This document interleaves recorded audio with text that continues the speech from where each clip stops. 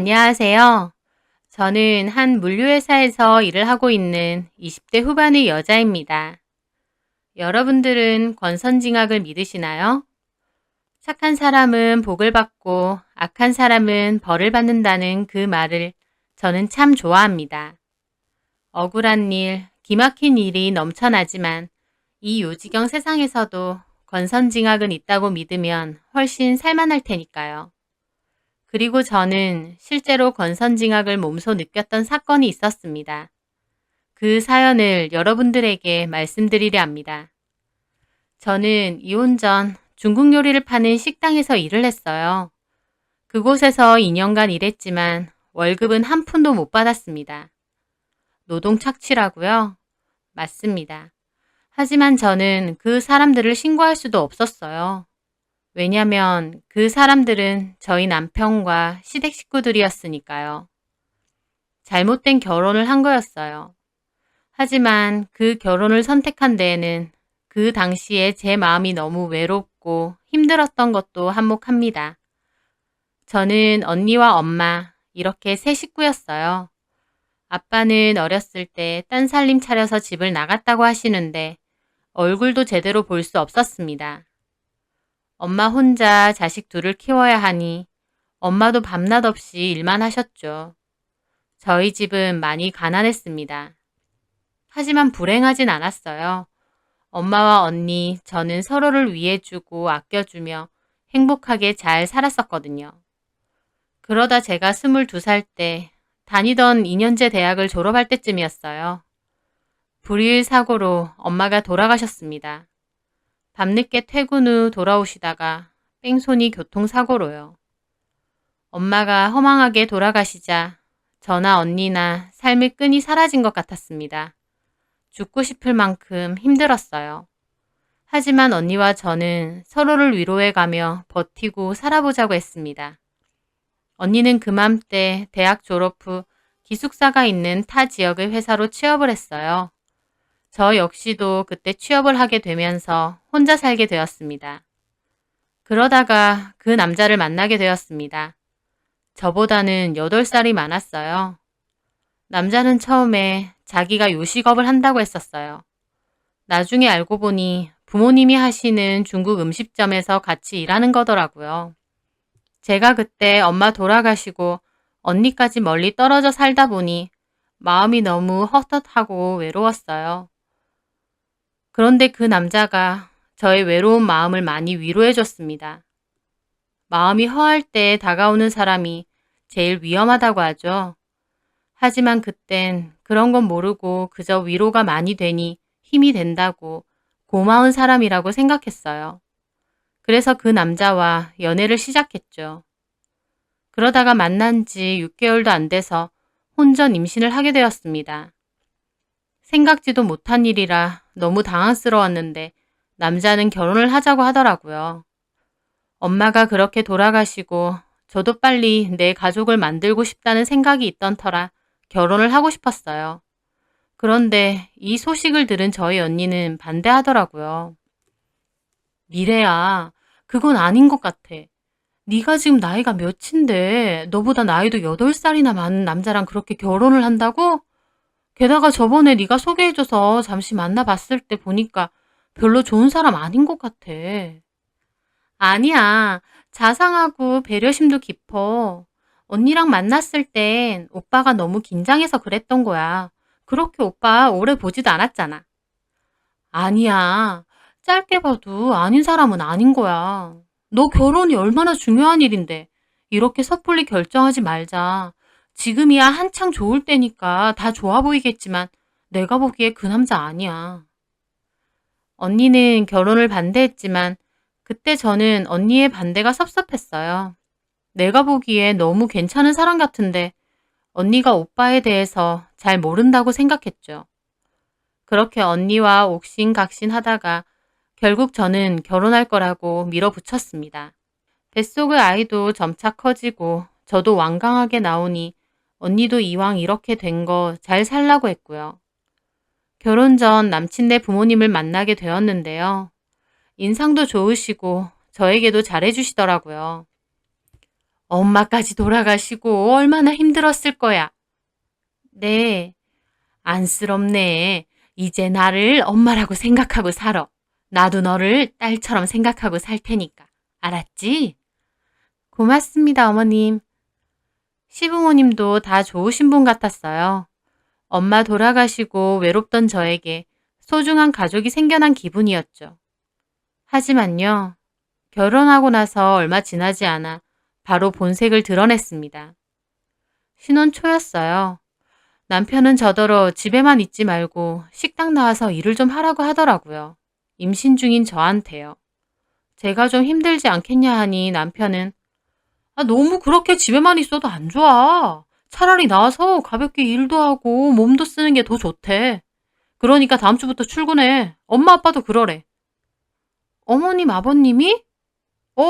왜? 아니야. 아무리 그래도 임신한 며느리한테 나와서 일을 하라고 하다니 저는 좀 섭섭했어요. 하지만 남편 말대로 가볍게 일하는 정도는 괜찮을 것 같았습니다. 그런데 막상 제가 식당을 가니 가볍게 일하는 정도가 아니더라고요. 미래야, 너는 저기 가서 양파부터 까. 주방에 가보니 고무대야에 양파가 수북하더라고요. 제가 임신을 했는데 어떻게 쭈그려 앉아 양파를 까나요? 어머님, 저 쭈그려 앉아 있으면 안 돼요. 병원에서도 그렇게 있으면 안 된다고 했어요. 제 말에 어머님은 인상을 팍 쓰시더라고요. 안 되긴 뭐가 안 돼. 나 정식이 가졌을 때도 다 그렇게 했다. 일 시작도 하기 전에 꾀부릴 생각부터 하니? 쓸데없는 소리 말고 얼른 양파나 까. 장사 준비해야 되니까. 어머님이 저한테 짜증을 확 내시더라고요. 저는 좀 놀랐습니다. 결혼식 전에 저를 딸로 여겨주겠다며 말씀하시던 모습하곤 아예 다르시더라고요. 저는 불같이 화내시는 어머님이 무섭기도 해서 양파를 다 깠어요. 배도 뭉치고 정말 힘들더라고요. 중국 음식점은 양파를 엄청 많이 쓰기 때문에 손질해야 할 양파가 정말 산더미예요. 그걸 까고 있으면 눈물도 나고 손도 아리고 정말 힘듭니다. 그런데 그걸 다 까고 나니 이젠 테이블을 다 닦으라는 거예요. 의자까지 박박 다 닦으라고요.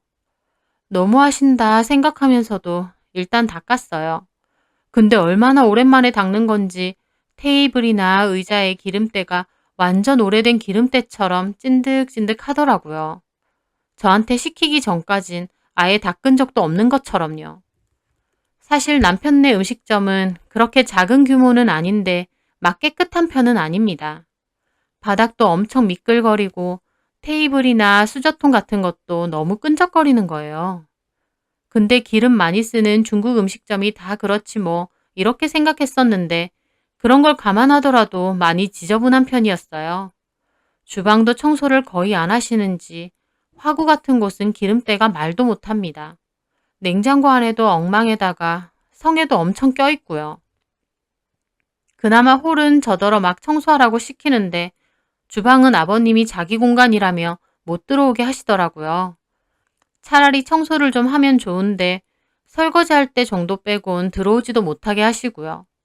주방은 그 꼴을 해놓고 청소하거나 관리하는 모습을 본 적이 없습니다. 음식 맛은 먹어보면 나쁘지 않은데 청결에 관해서는 관리를 참 안 하시는구나 생각했습니다. 어쨌든 저는 첫날 테이블도 다 닦고 서빙도 하고 정신없는 시간을 보냈습니다.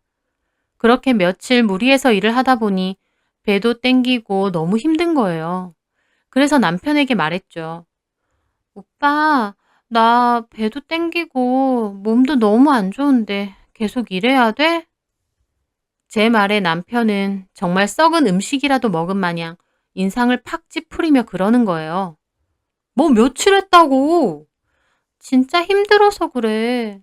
야, 5년째 일하는 나도 한 번도 힘들다 말한 적이 없는데 너 며칠 일했다고 힘들다 그러냐? 남편은 육체적으로 힘들 수가 없습니다. 왜냐면 주로 카운터에서 계산만 했거든요. 아버님은 주방에서 일을 하셨고 어머님은 포장과 서빙을 하셨고요. 남편은 하루 종일 앉아서 핸드폰 보다가 손님 오면 계산하고 배달 전화 받고 그런 일 하는 게 다니까 힘든 일이 없죠. 내가 홀몸이 아니잖아. 아, 진짜 엄살은. 다른 여자들도 임신 막바지까지 다 일한다더라. 너는 나이도 어리면서 왜 그렇게 엄살이 심해? 이러다가 애 잘못되면. 그럼 네 탓이지. 애 간수 못한 네 탓. 애 간수 못한 내 탓? 말 다 했어? 야, 너는 양심이 없니? 무슨 양심? 막말로 너 결혼하면서 뭐 해왔냐? 저는 남편의 말에 너무 놀랐어요. 제가 갑작스럽게 결혼을 하다 보니 해온 돈이 별로 없었거든요. 그나마 언니가 이래저래 1,000만 원 정도를 겨우 융통해서 저 결혼한다고 보태준 게 답니다.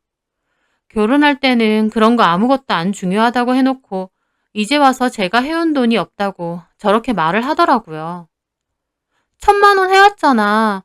그것도 우리 언니가 겨우 마련해서 준 거야. 그걸로 뭘 하는데?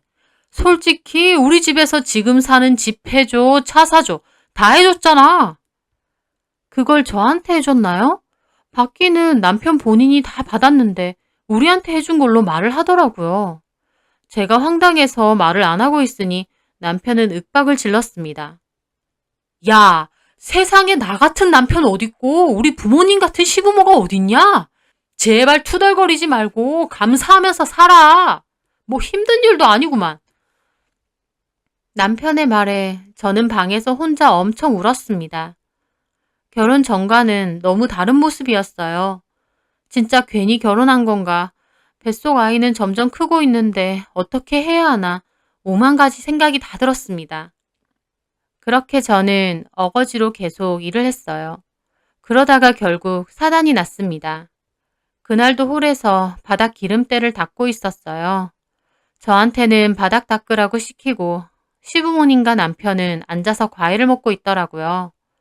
저는 그날 아침부터 배가 너무 땡기고 식은땀이 날 정도로 몸이 안 좋았는데 제가 몸이 안 좋다고 말해도 할 건 하라고 하는 시부모님의 말 때문에 참으면서 힘들게 일을 하고 있었어요. 그런데 바닥으로 뚝뚝 피가 번지더라고요. 너무 놀랐습니다. 제가 벙쪄 있으니 어머님이 그걸 보고 놀라서 오더라고요. 이게 뭐야! 세상에! 저는 남편 차를 타고 급하게 병원으로 가게 되었습니다. 하지만 결국 저는 아이를 유산하고 말았어요. 의사는 저보고 임신했는데 육체적으로 무리를 많이 했냐고 하더라고요. 저는 아무 말 없이 눈물만 흘렸고요. 아이를 잃어서 너무 슬픈데 남편과 시부모님은 저더러 뭐라고 했습니다. 쟤는 미련한 거야, 멍청한 거야. 야, 유산이 될 정도로 몸이 안 좋으면 말을 해야 될 거 아니야. 어휴, 멀쩡한 손주만 잃었네. 아이고, 지 몸에 있는 애 하나 간수를 못해서 흘려보내? 잘한다, 아주. 제일 속상한 건 전데 오히려 저더러 뭐라고 하더라고요. 몸이 안 좋다고 해도 엄살 부리지 말라고 일하라고 할 땐 언제고 아이를 잃고 나니 참고 일한 제 탓이랍니다. 정말 너무 서럽고 비참하더라고요. 제가 아이를 잃었다는 소식에 언니도 찾아왔어요. 언니를 보는데 눈물만 나더라고요. 언니는 저한테 얼굴이 왜 이렇게 안 돼 보이냐고 괜찮냐고 했어요. 하지만 저는 언니에게 시댁에서 일을 시키거나 구박한다는 얘기 같은 거 말하지 않았어요. 언니가 그토록 결혼 반대했는데 억지로 결혼한 거기도 하고 멀리 사는 언니한테까지 걱정을 끼치고 싶지 않았거든요. 지금 생각해보면 그때 언니에게 솔직하게 다 말하고 도움을 구했어야 되는데 말이죠.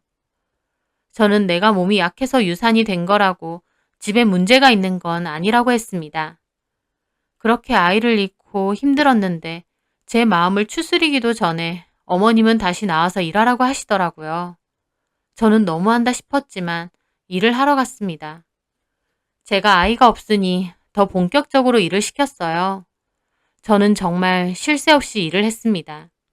주방에서 설거지도 하고 서빙에 포장에 남편이 자리를 비우면 주문 전화에 어플 주문까지 제가 다 받았어야 했어요. 나름 장사는 잘 되는 집이라서 더 바쁘더라고요. 하지만 그렇게 힘들게 일해도 월급 한 번 없었습니다. 제가 월급 얘기를 하면 야, 월급은 무슨 월급이야? 엄마 아빠 아직도 이 집 대출금 갚는 거 몰라? 이 집 엄마 아빠도 대출 내서 사준 거잖아. 그거 갖고 계신다고.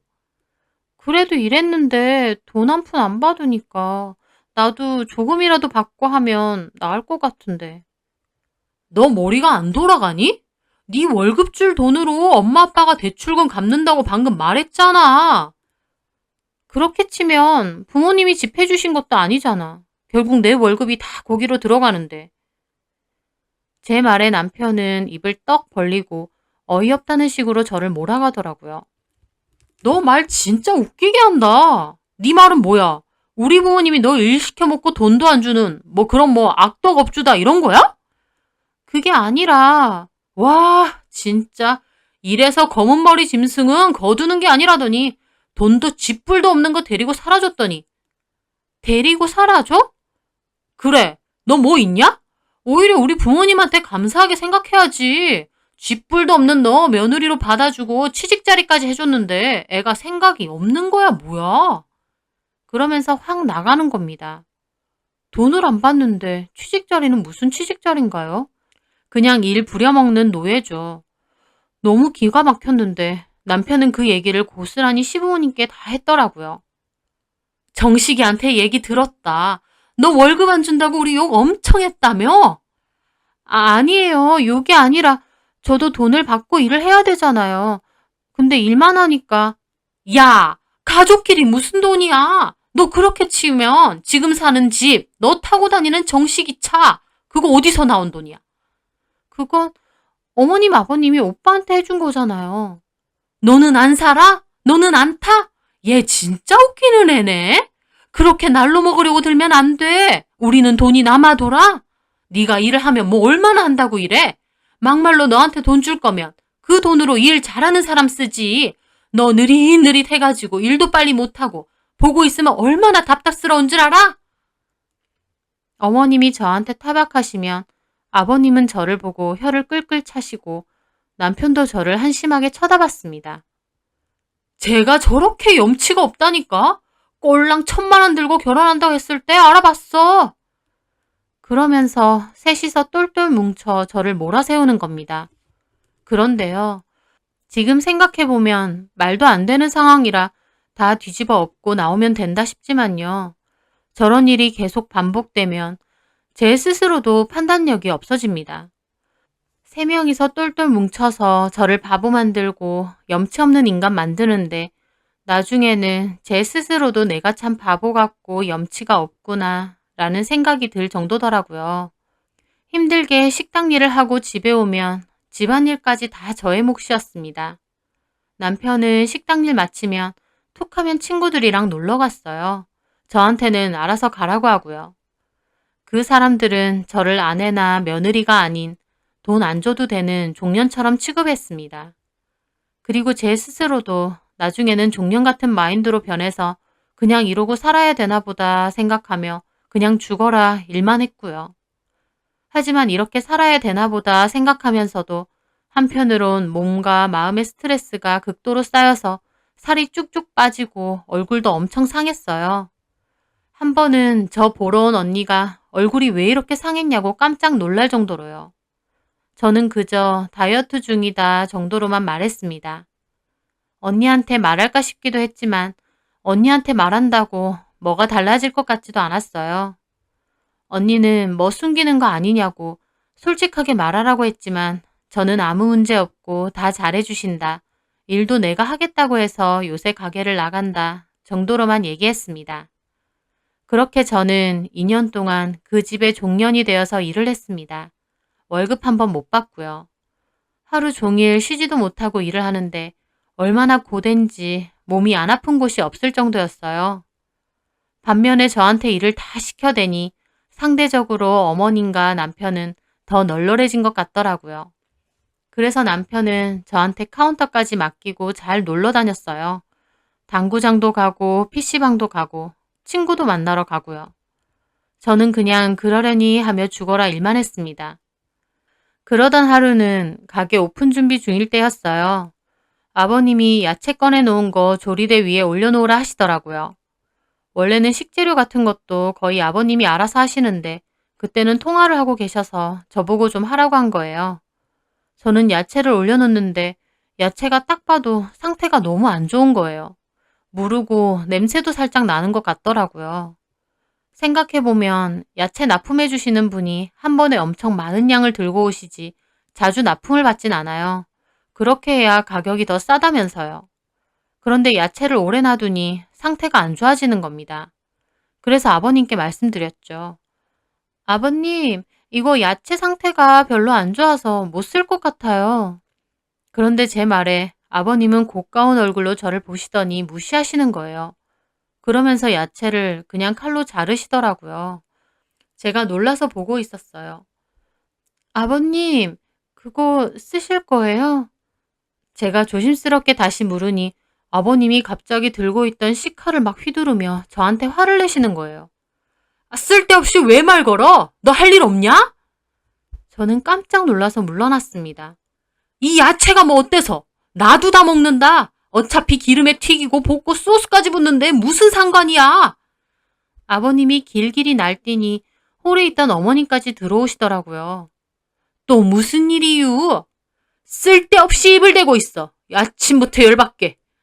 그러면서 식칼을 도마 위로 던지듯이 내려놓으시는 거예요.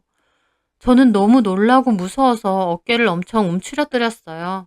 그러니까 어머님이 무슨 살쾡이처럼 저를 노려보시더니 막 삿대질을 하시더라고요. 야!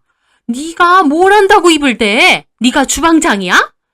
아니 그게 아니라 이게 어디서 시건방지게? 너 할 일 없어? 시키는 거 다 했어? 죄송합니다. 머리가 멍청하면 눈치라도 있던가. 빠릿빠릿하기라도 하던가. 뭐 하나 마음에 드는 게 없고 쓸모가 없어. 쓸데없는 소리나 할 줄 알지. 그리고 너 주방에 왜 들어와 있어? 홀에도 할 일이 꽉 차 있는데. 아버님이 야채 좀 달라고 하셔서. 너 자꾸 말 대답할래? 이게 진짜 미치게 하네. 안 나가? 그러면서 저를 쫓아내는 거예요. 저는 그때 제가 무슨 생선 훔쳐 먹다 걸린 도둑고양이라도 된 줄 알았습니다. 저를 막 나무라면서 쫓아내는데 너무 비참하고 슬프더라고요. 그날 저녁 남편은 또 늦게 들어오고 저는 수많은 생각에 빠졌어요. 내가 이렇게 사는 게 맞나? 내가 왜 참고 살아야 할까라는 생각이요. 뭔가 잘못된 게 분명한데 제 스스로도 빠져나올 용기를 못 내고 있었습니다. 저는 지금이라도 언니에게 말하고 이혼을 하는 게 나을까 생각을 했습니다. 그런데 울고 싶은데 뺨 때리는 것도 아니고 이혼을 해야 할 이유는 또 생겼어요. 남편이 바람을 핀 거였습니다. 허구한 날 친구들이랑 놀러 다닌다고 하니 그냥 그런 줄 알았는데 근래에는 여자를 만나고 다닌 거였어요. 어떻게 알았냐고요? 남편이 대놓고 그 여자를 가게로 데리고 왔거든요. 친구라고 하면서요. 말은 친구라고 하면서 대놓고 시시덕거리고 음식 먹여주고 옆에서 일하는 저는 무슨 대놓고 투명인간 취급하더라고요. 얼마나 기분 나쁜지. 제가 그날 저녁 남편에게 따졌습니다. 오빠, 그 여자 뭐야? 친구. 친구는 무슨 친구? 서로 음식 먹여주고 나갈 때 팔짱도 끼고 나갔으면서. 그러니까 남편이 킬킬대며 그러는 거예요. 걔가 워낙 오픈마인드라서 그래. 그래서? 뭘 그래서야. 친구라고. 웃기지 마. 세상에 그런 친구가 어딨어? 바람 피는 거지? 제 말에 남편은 저를 한심하게 보더라고요. 너는 진짜 좀 멍청한 것 같아. 네가 그러면 내가 바람 피는 거 맞습니다. 그럴 것 같아? 애가 진짜 좀 모자란가? 남편은 저한테 들키든 말든 아무 상관 없는 것 같더라고요. 저를 정말 모질이로 생각하는 것 같았어요. 남편이 바람을 피든 말든 말 한마디 못하고 따지지도 못하고 죽어라 일만 하는 그런 모질이요. 저는 참담한 기분으로 말했죠. 오빠, 나랑 왜 결혼했어? 나 사랑하지도 않으면서? 뭐래? 사랑해. 일할 사람, 부려먹을 사람 필요해서 결혼한 거야? 야, 너 까먹었냐? 너 임신했었잖아. 근데 네가 멍청하게 그 애 흘려보냈고 그렇게만 안 했으면 내가 너 모시고 살았지. 네가 다 자초한 거야. 애 유산한 게 내가 멍청해서야? 그럼 네가 야무지고 똘똘했으면 그런 일이 있었겠니? 뭐 하나 제대로 하는 게 없어. 애도 못 나오면 일이라도 해야지. 저는 아무 말도 하지 않았습니다. 그저 이 남자와 이 식구들과 진짜 끝을 내야겠다는 생각밖에 들지 않았어요. 그래서 마음을 먹고 언니에게 전화했어요. 주말에 혹시 와줄 수 있냐고요. 언니는 무슨 일이냐고 묻는데 제가 언니 오면 말하겠다고 했습니다. 그런데 다음 날이었어요. 남편은 또 당구장 간다고 자리를 비웠고 어머님은 잠깐 화장실 갔다 온다고 자리를 비웠어요. 손님들이 우르르 들어와서 제가 정신이 없는데 그 와중에 언니가 들어오는 거예요. 저는 깜짝 놀랐어요. 언니, 어떻게 오늘 와? 네 전화 받고 걱정돼서 오늘 급하게 연차 쓰고 왔어. 정말? 생각지도 못하게 언니를 보니 눈물 나게 반갑더라고요. 음, 근데 내가 너무 바쁠 때 왔네? 시외버스 타고 왔더니 이 시간이더라고. 아니야, 잘 왔어, 언니. 근데 제부는? 너네 시부모님은? 오빤 나갔고, 아버님은 주방에 계셔. 어머님은 잠깐 화장실 가셨고. 그렇구나. 일단 저기 앉아 있어. 배고프지? 밥 먹고 우리 집 가 있어도 돼. 저녁에 일 마치고 언니한테 얘기 좀 하려고. 알겠어, 그럼. 언니는 구석 쪽 자리에 앉았습니다. 그 후에도 사람들이 많이 와서 정신이 없더라고요. 막 주문을 받고 있는데 어머님이 인상을 막 쓰며 가게 안으로 다시 들어오시더라고요. 그런데 들어오자마자 바쁜 저를 확 잡아당기는 거예요. 제가 놀라서 쳐다봤습니다. 야! 네가 양파 상자 저기 입구에 놔뒀냐? 네? 어머님은 손님이 있던지 말던지 저한테 화를 내셨어요. 그런데 이게 처음은 아니고 그 전에도 손님이 있던지 말던지 어머님 본인이 화가 나면 저한테 마구잡이로 화내고 소리 지른 적이 몇 번 있습니다. 손님들이 막 수군거려도 개의치 않더라고요. 그거 아버님이 거기 두라고. 야! 내가 그거 걸려서 넘어질 뻔했잖아. 너는 대가리가 있니 없니? 사람을 일부러 걸려 넘어지라는 거야 뭐야? 아버님이 아까 자리 없다고 거기 잠깐 두라고. 이게 끝까지 핑계야? 어쨌든 네가 둔 거 맞잖아. 손님들이 다 쳐다보고 있으니 어머님은 얼굴을 싹 바꾸고 웃으면서 손님들에게 말하는 거예요. 소란스럽게 해서 죄송해요. 음식 곧 나옵니다. 그러더니 표정을 확 바꾸고는 제 팔을 확 잡아당겨서 입구 쪽으로 저를 끌고 가시는 거예요. 봐라! 이렇게 놔두면 안 걸려 넘어져? 죄송합니다. 어휴, 정말 하나부터 열까지 멍청해가지고 너 보면 진짜 속에서 천불이 나. 어디서 이런 멍청하고 덜 떨어진 게 며느리라고 들어와가지고. 어휴, 적당히 해. 손님들 계시는데. 아주 짜증난다니까요. 진짜 이걸 확 때려서 사람 만들 수도 없고. 아이, 시끄러. 나중에 얘기하라니까. 덜 떨어진 거 화내고 잡는다고 알아들어? 손님들 계시니까 일단 조용히 하고 나중에 얘기해. 그 순간이었습니다. 말 다 했어요? 앉아있던 저희 언니가 제 쪽으로 튀어나왔습니다. 어머님이 저한테 하는 걸 다 본 것 같더라고요. 언니는 얼마나 화가 났는지 온몸을 부들부들 떨더라고요. 어머님과 아버님도 갑자기 언니가 튀어나오니 놀라서 쳐다봤습니다.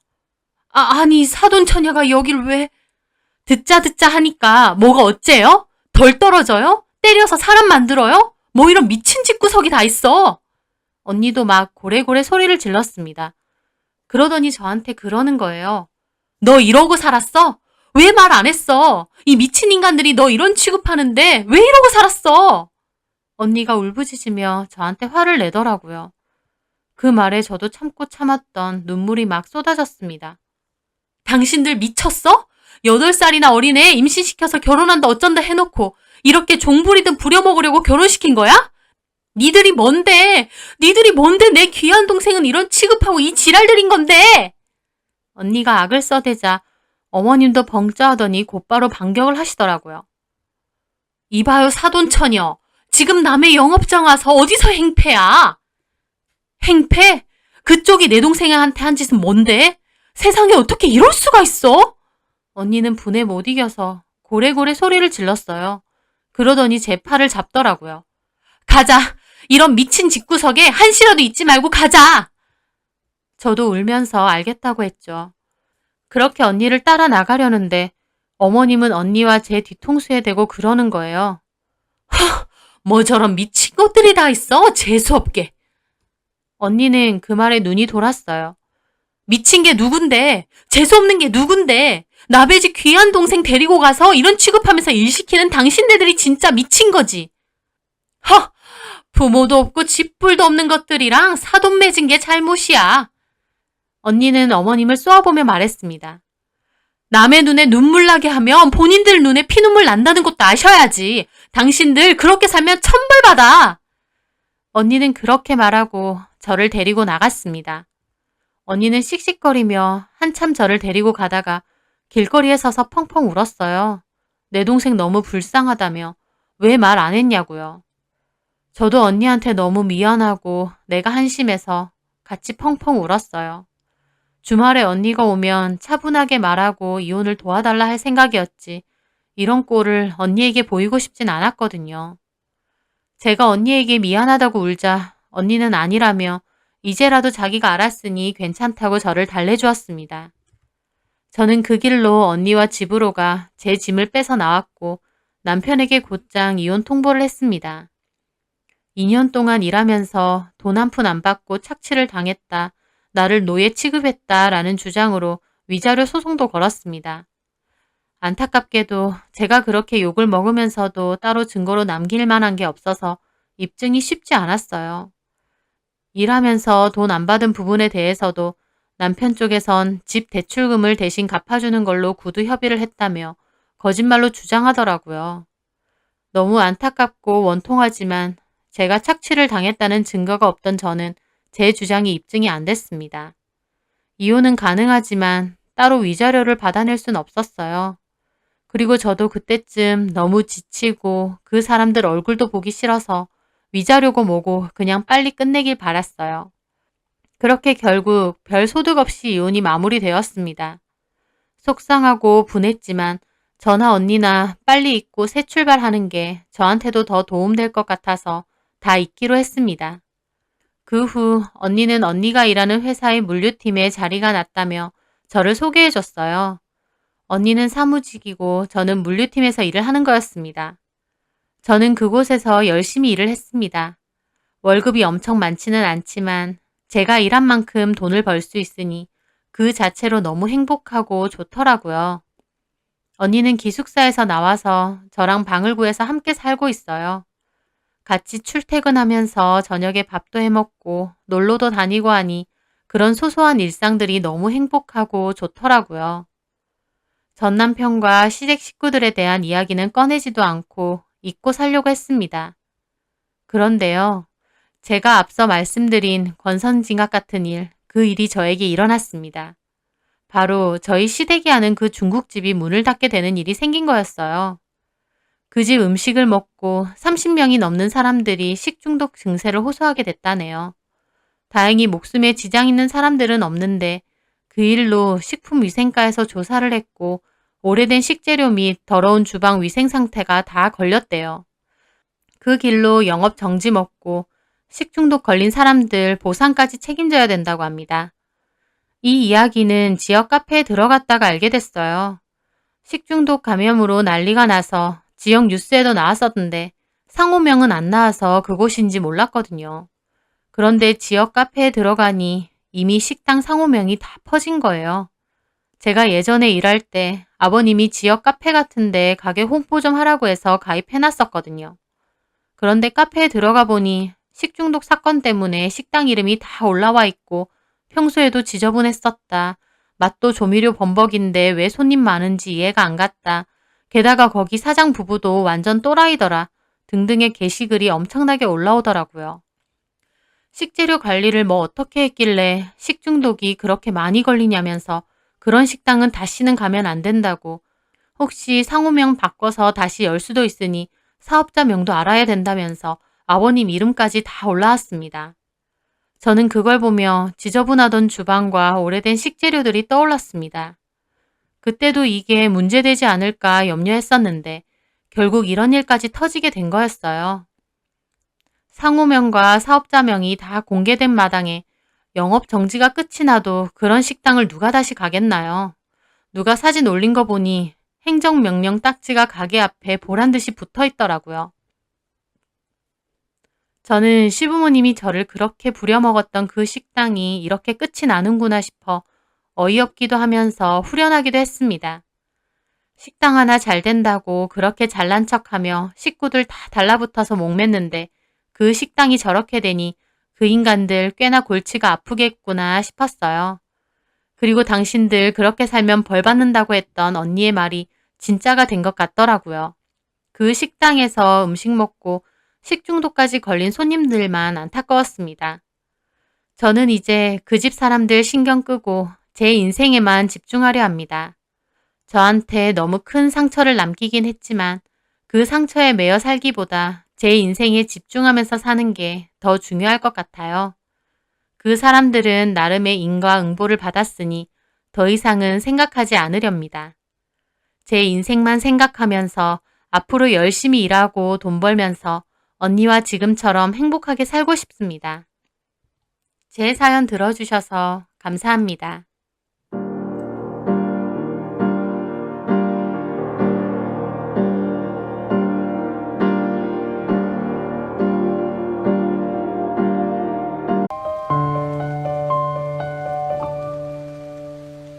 안녕하세요.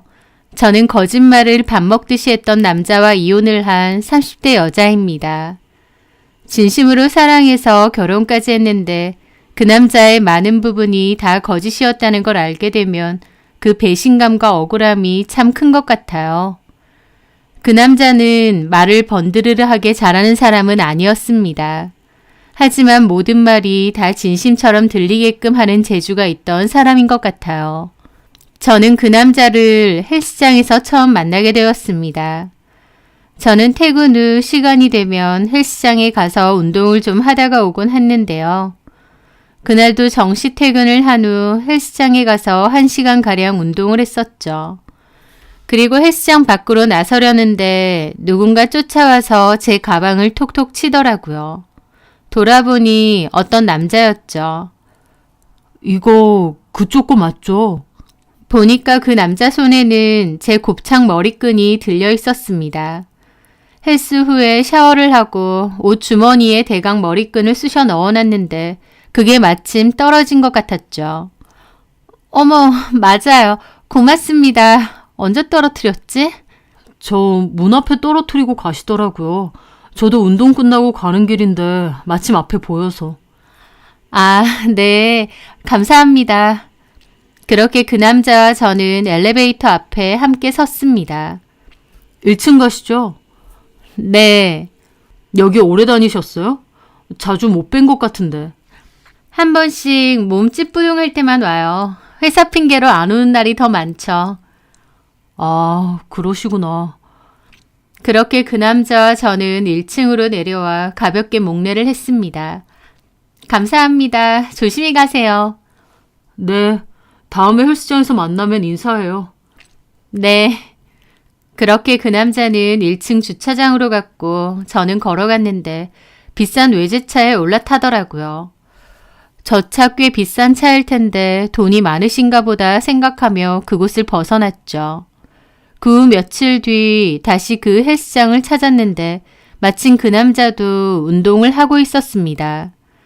또다시 마주치면 인사를 하자고 했던 말이 생각나 가볍게 목례를 했고 그 남자도 저를 알아보는지 웃으며 인사를 하더라고요. 그렇게 운동을 하고 있는데 그 남자가 저에게 다가오더라고요. 지금 자세가 좀 잘못되어 있으신데 제가 좀 알려드려도 될까요?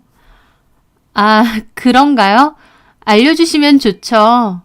그렇게 그 남자는 제 운동 자세도 좀 고쳐주더라고요. 다정다감하고 매너 좋고 호감이 가는 외모까지.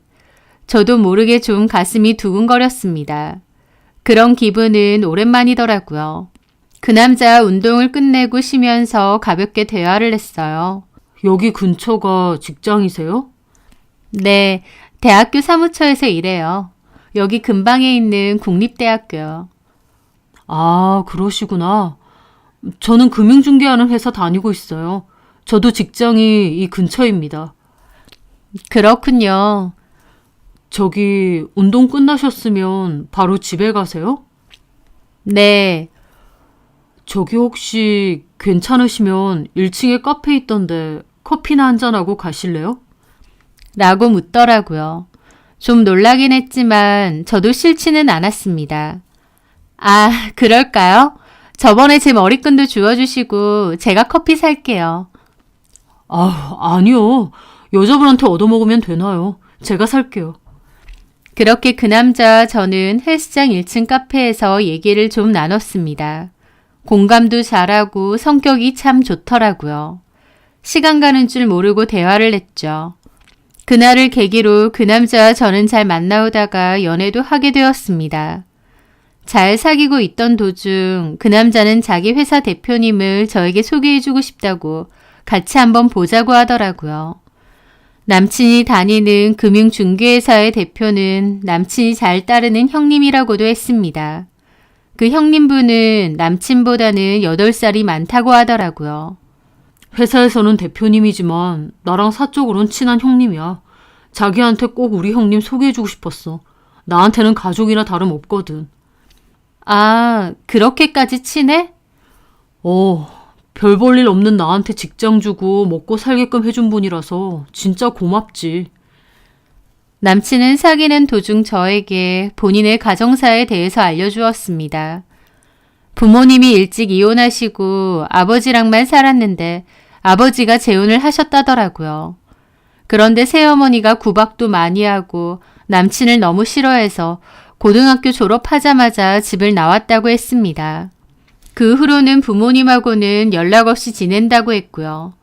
하지만 막상 집에서 나와도 고졸인데다 돈도 없고 기댈 곳도 없었기 때문에 안 해본 일 없이 힘들게 살았대요. 노가다도 하고 택배 상하차도 하면서요.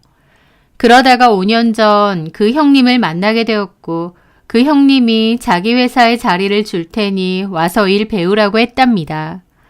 그래서 그때부터 그 형님 밑에서 일하게 되면서 돈도 잘 벌게 되고 사랑굿이라고 살고 있다고 했어요. 심지어 지금 타는 그 외제차도 그 형님이 차 바꾸면서 더 이상 안 탄다고 준 거라고 하더라고요.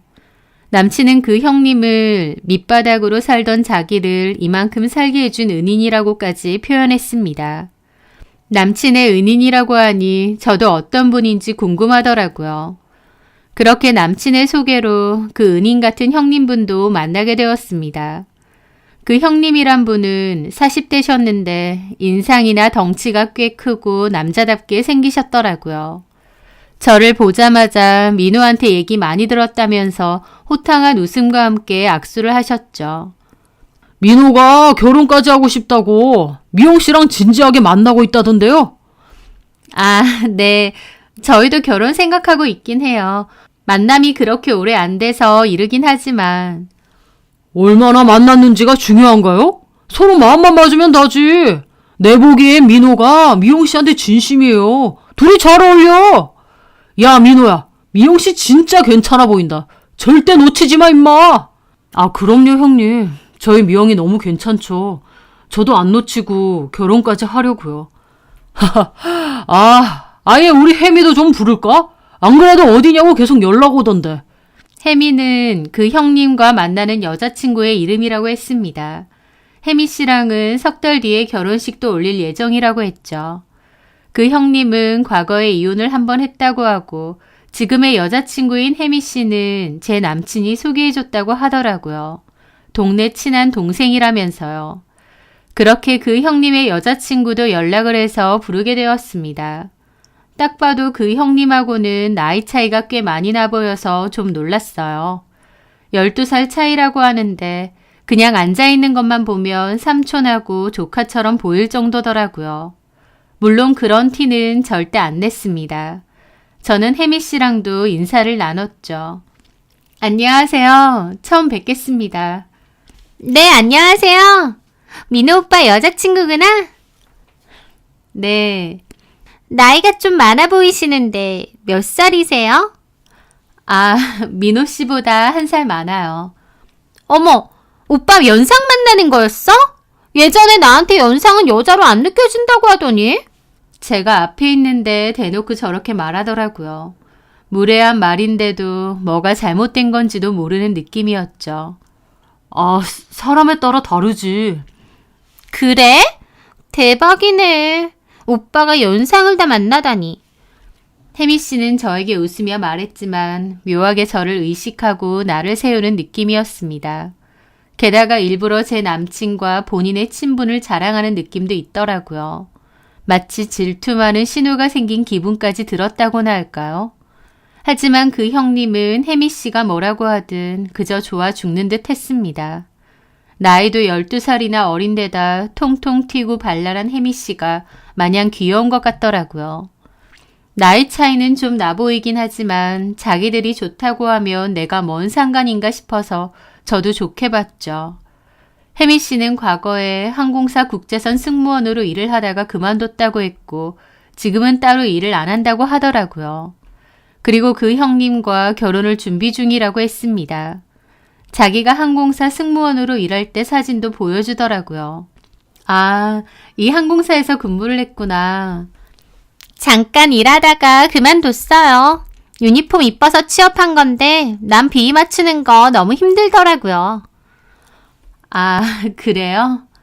혜미 씨는 그렇게 어린 나이가 아닌데도 생각이 좀 짧고 말을 직설적으로 막 하는 편인 듯 했습니다. 그래도 예쁘고 날씬하고 성격도 통통 튀니 그 형님이란 사람은 좋아서 간이고 쓸개고 다 퍼줄 것처럼 보이더라고요. 하여튼 그렇게 다 같이 만남을 갖게 되었고 그 뒤로도 한 번씩 어울리게 되었습니다. 남친은 그 형님이란 사람한테 늘 잘 보이고 싶어 했는데 형님이 더블 데이트를 하자고 자주 그랬다더라고요. 그렇게 넷이서 어울려서 밥도 먹고 술도 한 잔씩 하고 그랬습니다. 그렇게 하루는 다 같이 모여 식사를 하고 간단하게 술을 한 잔 하려고 자리를 이동하려고 걸어갈 때였어요. 멀리서 한 외국인이 다가와서 길을 묻더라고요. 그 순간 형님이 갑자기 신나서 그러는 겁니다. 혜미야, 이 외국인들이 뭐라고 하는 거냐? 네가 영어 잘하니까 듣고 설명 좀 해줘라. 한국 놀러온 관광객들인데 이런 거 잘 알려줘야지. 혜미 씨가 과거에 국제선 승무원이었다고 하니까 그 형님은 신나서 얘기를 해보라고 하더라고요. 그런데 혜미 씨는 눈에 띄게 당황하는 겁니다. 그러더니 나 다 까먹었지. 기억 안 나. 에이, 그만둔 지 얼마나 됐다고. 그러지 말고. 다 까먹었다는데 왜 그래? 길이 알아서 찾겠지. 그러면서 짜증을 내는 겁니다. 저는 혜미 씨가 너무 곤란해하길래 제가 나서서 그 관광객들에게 간단히 길을 알려주었습니다. 어려운 것도 아니고 간단한 영어로요.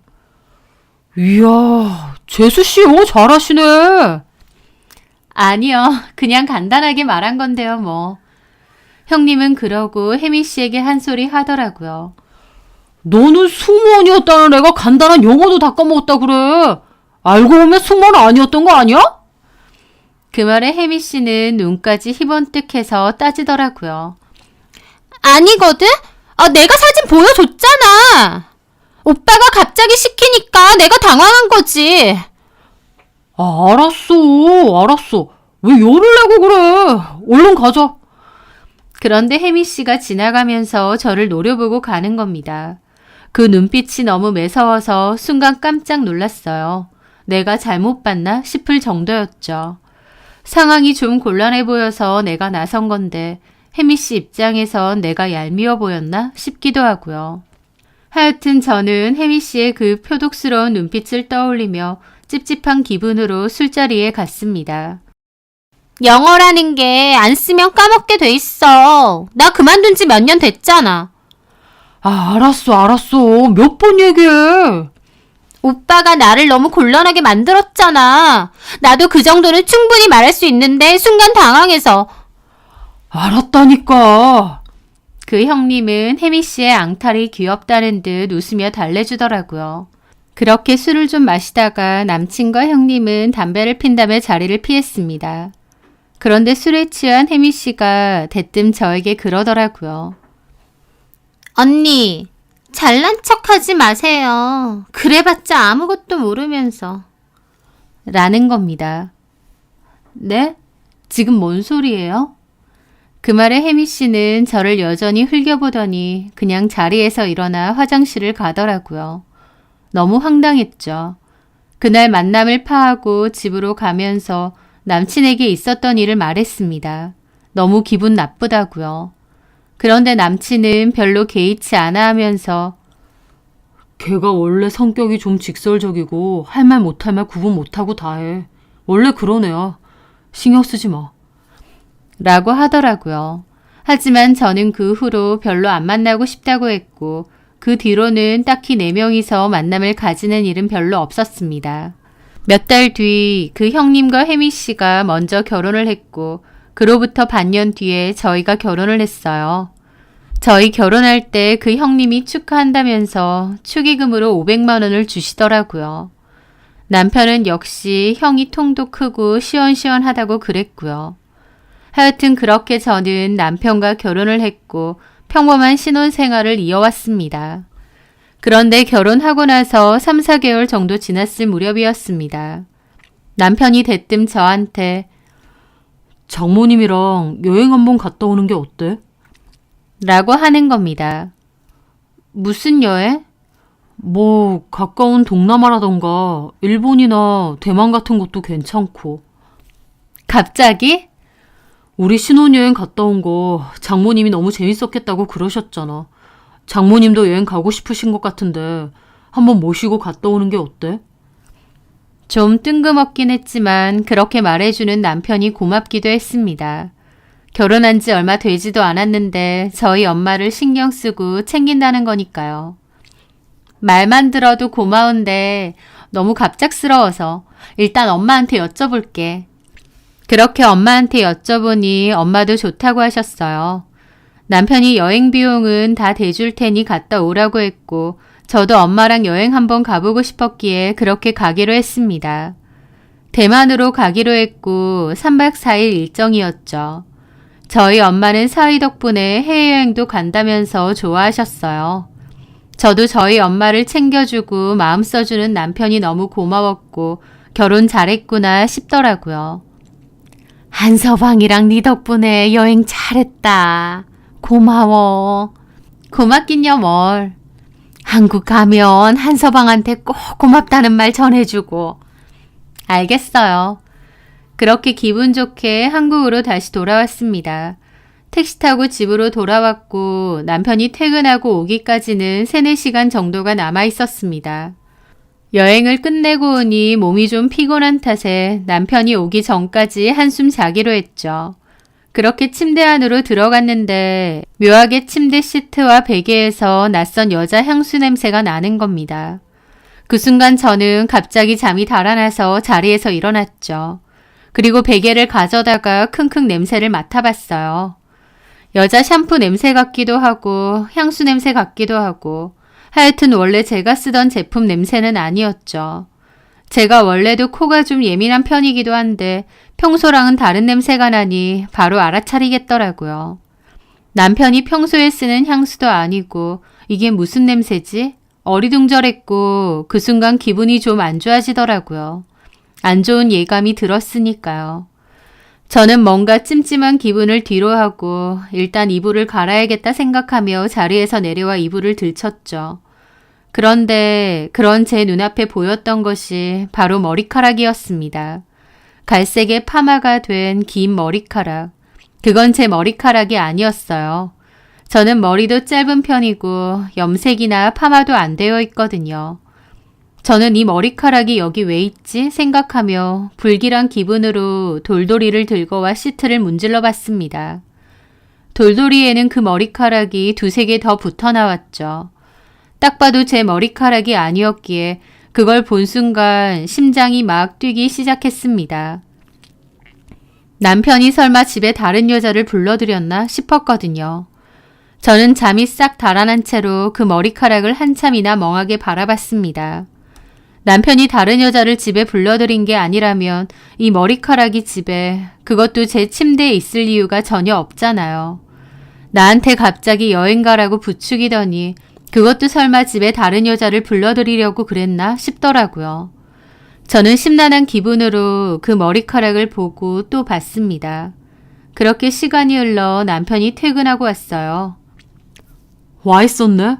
재밌게 잘 놀다 왔어? 덕분에. 저기 근데 여보, 응? 혹시 저는 물어보려다가 그냥 말았습니다. 아니야. 엄마도 고맙다고 전해달라셔. 에이, 뭘. 저는 남편에게 괜한 티를 내지 말고 조용히 알아보자는 생각이 들었거든요. 그리고 그날 밤 남편이 잠든 것을 확인한 후 폰을 들고 나와 뒤져봤습니다.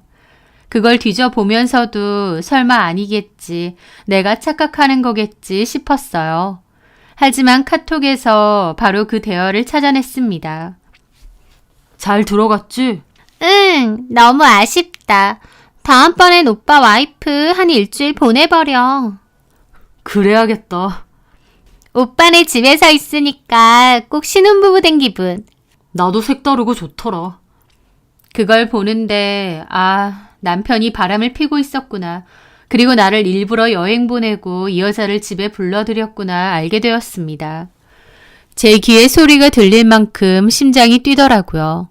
그리고 더 충격적인 건 남편과 바람을 피는 여자의 정체였습니다.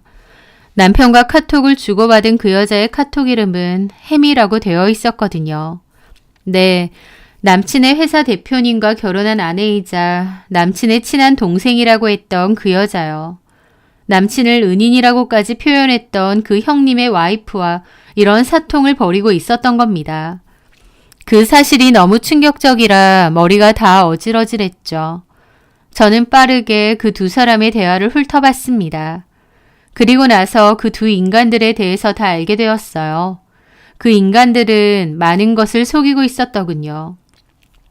남편과 이혜미는 동네 친한 오빠 동생이 아니라 애초에 업소에서 만나서 알게 된 사이였습니다.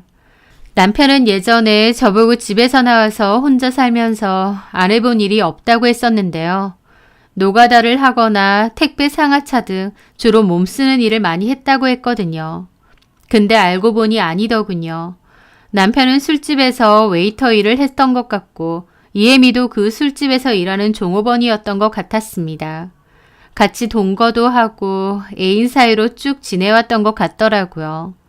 그러다가 남편은 그 형님을 만나 과거를 속이고 형님 회사에서 일을 하게 된 것 같고 그러면서 이혜미를 형님에게 소개도 해준 것 같았습니다. 자기 여자친구를 그 형님에게 소개해준 것이죠.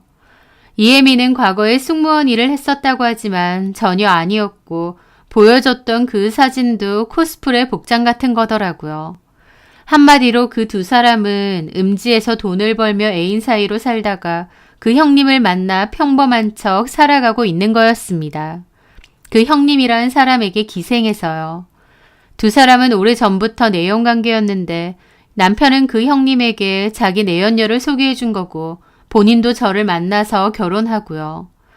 평범하게 잘 사는 것처럼 했지만 뒤에서는 여전히 내연관계를 유지해오고 있었던 겁니다. 이것들이 제정신이 아니더라고요. 남편은 이혜미에게 그 형이 돈이 얼마나 많은 줄 아느냐. 그 옆에 있으면 돈 걱정 없이 살 수 있다. 나는 너한테 그렇게 못해주니 그 형님이랑 살면서 누릴 거 다 누리고 살아라 라고 했더라고요.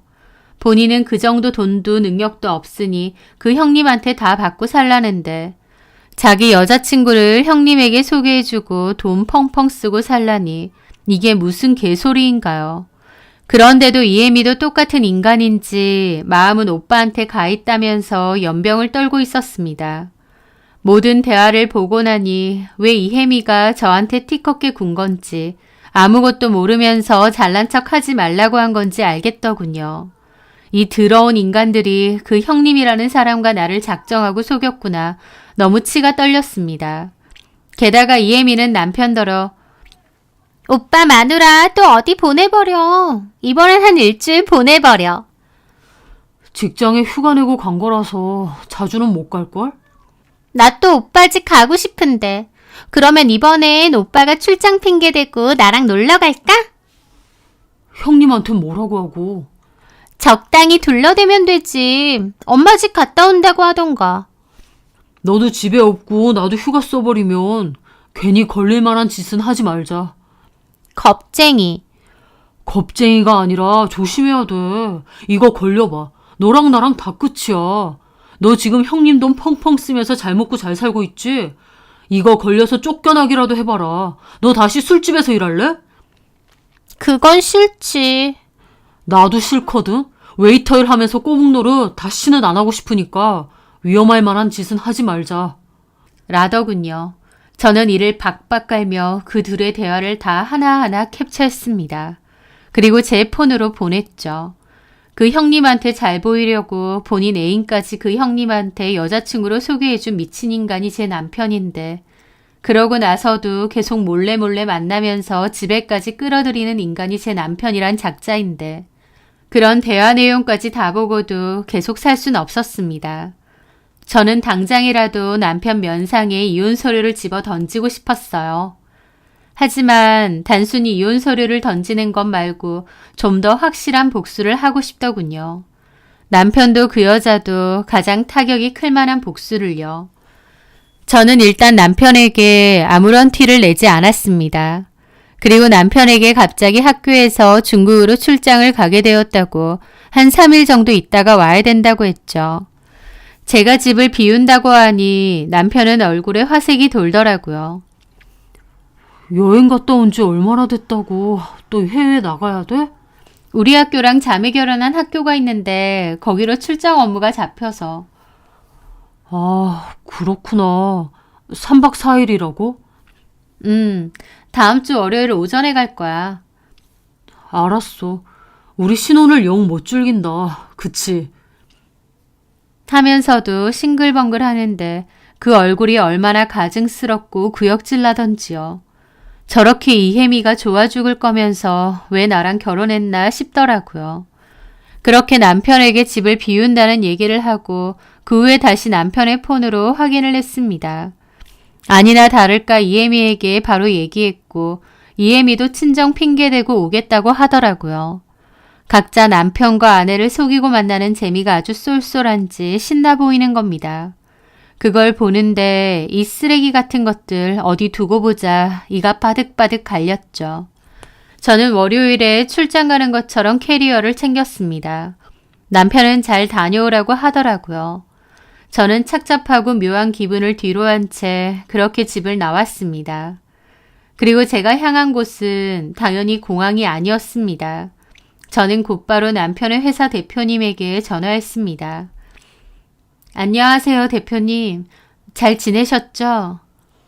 아니, 재수 씨가 갑자기 어쩐 일이세요? 지금 회사신가요? 출근 중입니다.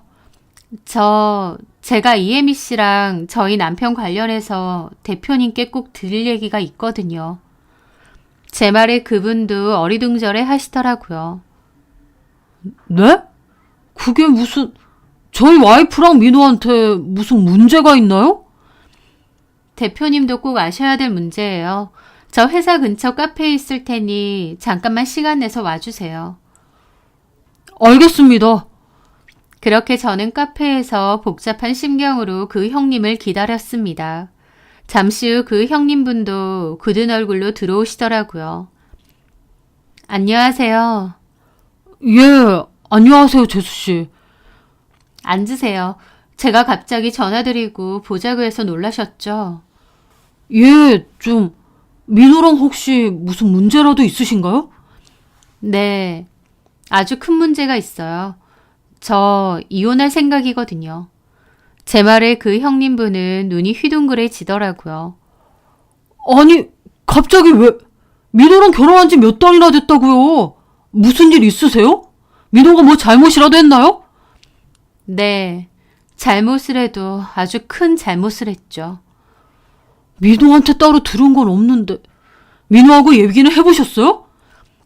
아니요, 오늘 얘기할 거라서요. 무슨 일이기에 벌써 이혼을... 하더니 순간 표정이 좀 달라지더라고요. 그런데 아까 민호랑 우리 와이프에 관해서 할 얘기가 있다고. 네, 그게 뭐죠? 저는 제 핸드폰을 꺼내서 그 둘의 대화 캡처를 보여줬습니다. 직접 보세요. 그 형님분은 제 폰을 가져다가 그 대화를 봤습니다. 곧 눈이 엄청 커졌고 얼굴이 새파랗게 질리더라고요. 손까지 벌벌 떨고요. 아니, 이게 무슨... 두 사람 그냥 친한 동네 오빠 동생 사이 아니고요. 애인 사이입니다. 그것도 아주 오래된. 애인 사이요? 네, 예전에 같은 업소에서 일도 했었고요. 이혜미 씨 과거에 업소에서 일했더라고요. 제 남편도요. 저는 제가 아는 그 두 사람의 비밀을 모두 털어놨습니다. 제 얘기를 듣는 그분은 충격으로 눈동자가 마구 떨리고 손발까지 떨더라고요. 그토록 가깝게 지내고 먹고 살기까지 만들어준 친동생이라 다름없다고 했던 동생이 자기를 배신하고 등쳐먹을 생각만 한 거니까요. 그분은 얼굴이 새빨개진 채로 몸을 부들부들 떨었고 금방이라도 뭔가 때려 부술 것 같은 느낌이었습니다. 많이 놀라셨죠? 저도 처음 그 사실을 알았을 때 경악했습니다. 이 쳐죽일 것들이... 저는 오늘 현장 덮칠 생각이에요. 제가 출장 간다고 했더니 바로 이혜미 불렀더라고요. 아마 이혜미도 대표님에게는 친정 간다고 했을 거예요. 그쵸? 제 말에 그 형님분은 아무 대답도 안 하더라고요. 저는 나중에 집에 가서 현장 덮칠 거고 동영상도 다 찍을 겁니다. 그리고 바로 이혼할 생각이에요. 혹시 같이 갈 생각 있으시면. 됐습니다. 저는 저대로 처리할게요. 그분은 단칼에 제 제안을 거절하더라고요. 화가 머리 끝까지 난 듯했고 건드리면 폭발할 것 같아서 저도 더 이상은 말하지 않았습니다. 자존심이 엄청 상한 듯 보였죠. 혹시 제가 모은 자료 필요하시면 드릴게요. 그분은 또 대답이 없이 여전히 부들부들 떨고 계시더라고요. 저는 그대로 가방을 챙겨 들고 자리를 떠났습니다.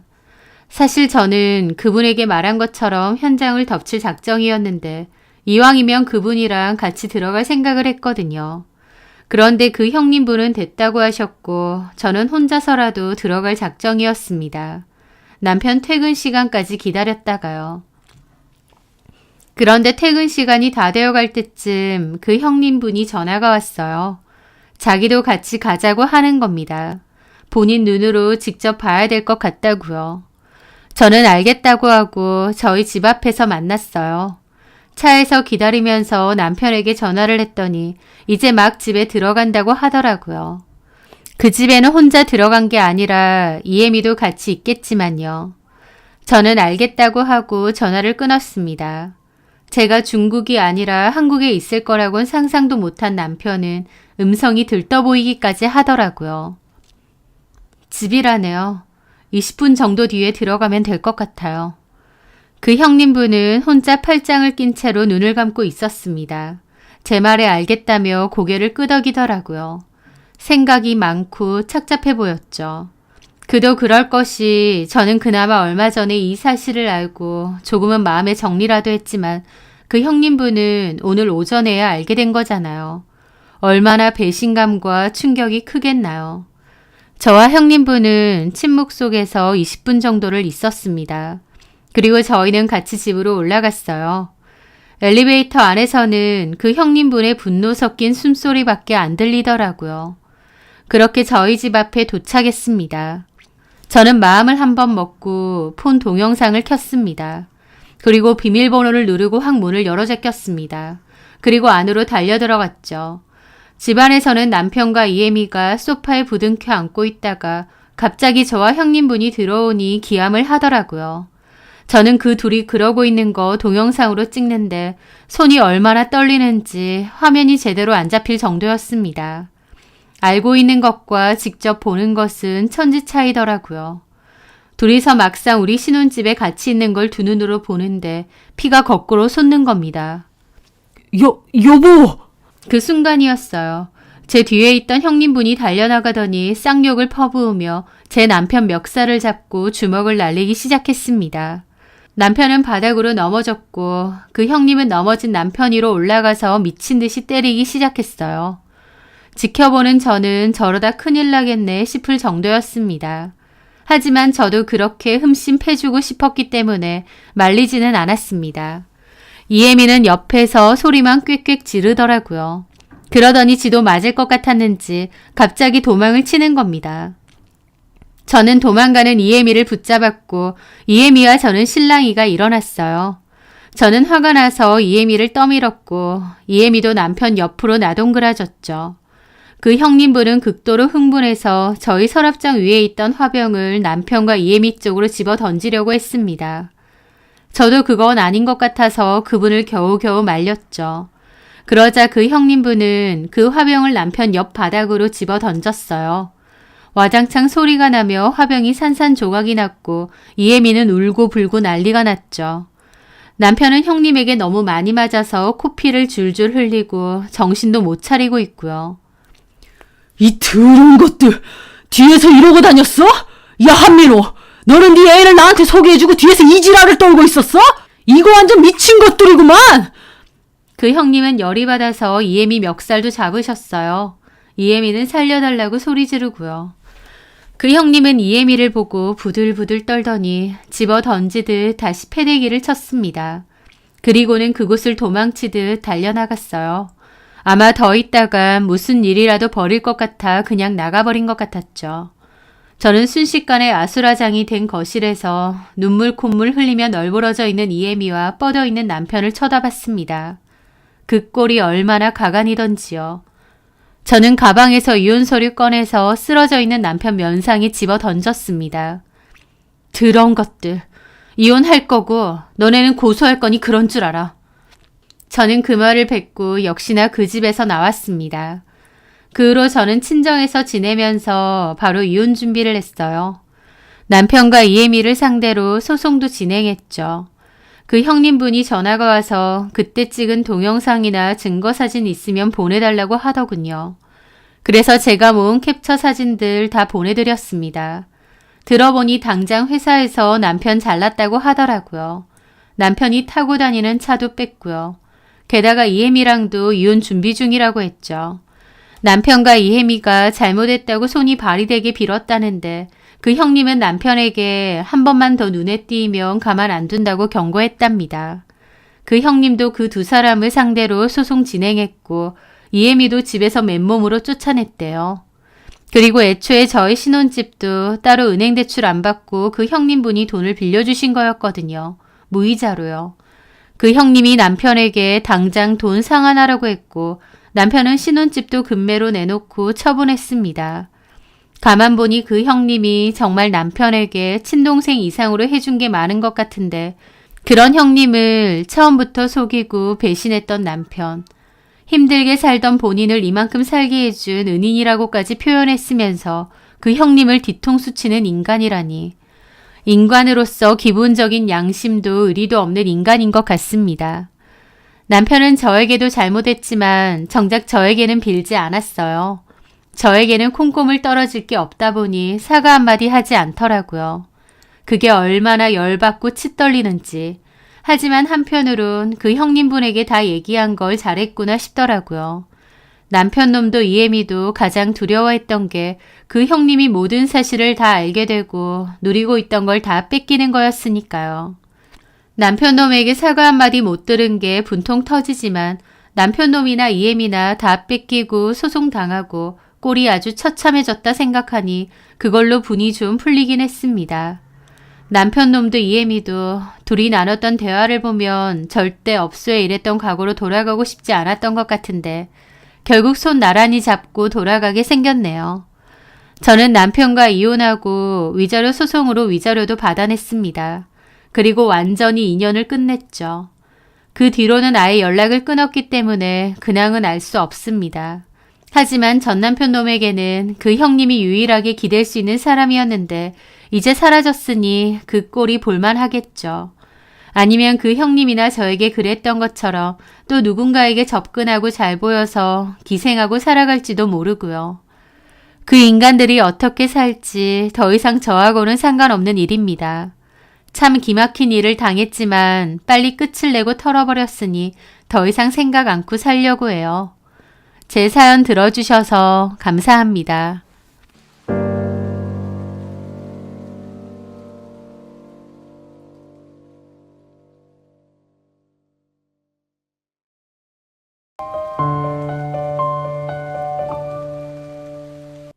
안녕하세요. 저는 19년의 결혼 생활 동안 남편이라는 작자에게 철저히 무시당하며 살아온 여자입니다. 가정에는 관심도 없고 늘 저를 무시하고 자기밖에 모르던 그 인간. 결국 제 앞에서 보란듯이 바람까지 피우다 걸렸더군요. 예전에 저였다면 어쩔 수 없이 참고 살았을지도 모르지만 저는 더 이상 과거의 제가 아니었습니다. 그 뻔뻔한 인간의 가면을 벗기고 심판한 그 통쾌한 복수극을 여러분께 들려드리고자 합니다. 제 남편 이성민은 한 중형마트 부점장이었습니다. 저와 남편은 결혼한 지 19년이 되었죠. 남편은 뼛속까지 이기적이고 지밖에 모르는 인간이었습니다. 아내인 저와 하나뿐인 딸아이에게도 별다른 관심도 없었죠. 집안일에 아주 무심하고 가족도 나몰라라 하는 그런 사람이었습니다. 남편은 늘 술자리나 약속이 많아 집에도 늦게 들어오고 또 집에 있어도 거의 말도 없었습니다. 밥 먹고 TV 보는 게 다였죠. 원래 말이 없고 조용한 사람이냐고요? 아니요. 밖에서는 목소리 제일 크고 말도 정말 많이 하는 활달한 사람입니다. 집에서만 입국 닫고 만사 귀찮다는 듯 늘어져 있는 거죠. 저나 딸이 말을 걸어도 귀찮은지 대답을 안 하거나 그래 같은 단답형 대답으로 대화를 끊어버리기 일쑤였고요. 무심하다 못해 아예 가족에게 애정도 없어 보이는 남편을 보며 저 사람에게 가족이란 무슨 존재일까? 나와 딸이 그렇게 귀찮은 존재인가? 싶은 적도 여러 번이었습니다. 심지어 딸도 저에게 그래요. 아빠는 도통 가족에게 관심이 없어 보인다고. 딸도 예전에는 그런 아빠에게 잘 보이려고 노력했지만 이제는 더 이상 그러고 싶지 않다고요. 딸도 무심하고 관심 없는 아빠에게 상처를 많이 받은 모양이었죠. 남편이 얼마나 가족들에게 무심했냐면 하나뿐인 딸아이가 집에서 좀 떨어진 지역의 특성화 고등학교에 진학을 하게 되었거든요. 거기서 기숙사 생활을 하기로 했습니다. 제가 분명 남편에게도 여러 번 말했는데 제 이야기는 귓등으로도 안 듣는지 딸이 기숙사 생활하려고 짐 정리하고 있으니 너 어디 가냐고 하던 인간이 그 인간입니다. 그때 저랑 딸이랑 둘 다 한마디로 어이상실이었죠. 가족의 생일이나 기념일은 단 한 번도 챙긴 적이 없었고 기억도 못할 겁니다. 집안의 대소사는 모두 저 혼자의 몫이었고요. 가끔 저 인간이 저렇게 살 거면서 왜 결혼을 했을까? 왜 결혼 전에는 그렇게 결혼하자고 따라다녔을까 싶기도 한데 지나고 곰곰이 생각해보니 남편에겐 그저 결혼도 하나의 숙제였겠구나 싶기도 하더라고요. 남들도 다 결혼하니 나도 하자 그런 마음이요. 저를 사랑하고 좋아하고 그런 게 아니라 그냥 적당하고 자기랑 수준 비슷하니 그냥 이 여자랑 살자 이런 느낌이 아니었을까 싶네요. 가장 가까이 있는 제가 그 마음을 모르겠나요. 그렇다고 저라고 남편이 대단하게 좋고 사랑스럽고 그런 건 아니었습니다. 그래도 저는 결혼에 대한 책임감이라도 있었고 이 결혼 생활을 잘 유지하려는 노력은 있었다면 남편은 그런 것조차도 귀찮아하는 느낌이랄까요? 한마디로 잡은 물고기가 죽든지 말든지 관심도 없는 인간이었죠. 한 번은 제가 몸살 감기로 끙끙 앓아누워 도저히 몸을 일으킬 수가 없던 날이 있었는데요. 밥도 못 먹고 하루를 꼬박 앓고 밤새도록 잠도 못 잤죠. 남편은 그 옆에서 쿨쿨 자고요. 배도 너무 고프고 힘들어서 아침에 일어난 남편에게 죽이라도 좀 사달라고 부탁했는데 그는 인상을 찌푸리며 이렇게 말하더군요. 아침밥은 나 출근해야 하는데. 제가 황당해서 벙쪄 있었습니다. 아내가 전날 하루 종일 못 먹고 아파서 끙끙대고 있었는데 괜찮냐는 말 한마디 없이 자기 아침밥 없냐는 거예요. 제가 기가 막혀서 지금 나 아픈 거 안 보이냐, 내가 밥을 할 상태냐고 하니 남편 한다는 말이 전날 저녁에 국이라도 끓여놓지 그랬냐며 나가더라고요. 와, 그때의 그 기분이란 저 인간한테 나는 정말 아무것도 아니구나 싶은데 그게 서럽기도 하고 어이없기도 하고 저도 그런 일을 여러 번 겪으면서 남편에 대한 모든 정을 다 거뒀던 것 같아요. 그동안 상처도 많이 받으면서 이런 인간과 왜 결혼했을까 수백 번, 수천 번 후회도 많이 했습니다. 하지만 그냥 참고 별다른 애정도 마음도 없이 살게 되었던 것 같아요. 그런데 그런 남편과 제 관계를 끝내줄 결정적인 사건이 하나 생겼죠.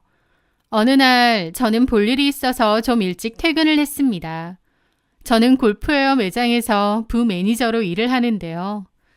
그날은 관공서도 잠깐 가야 해서 겸사겸사 좀 일찍 마친 거죠. 그렇게 관공서에 들렀다가 생각보다 일이 빨리 끝났습니다. 그래서 저녁 창거리를 살 겸 남편이 일하는 마트에 들렀죠. 그런데 매장 안에는 남편이 보이지 않았습니다.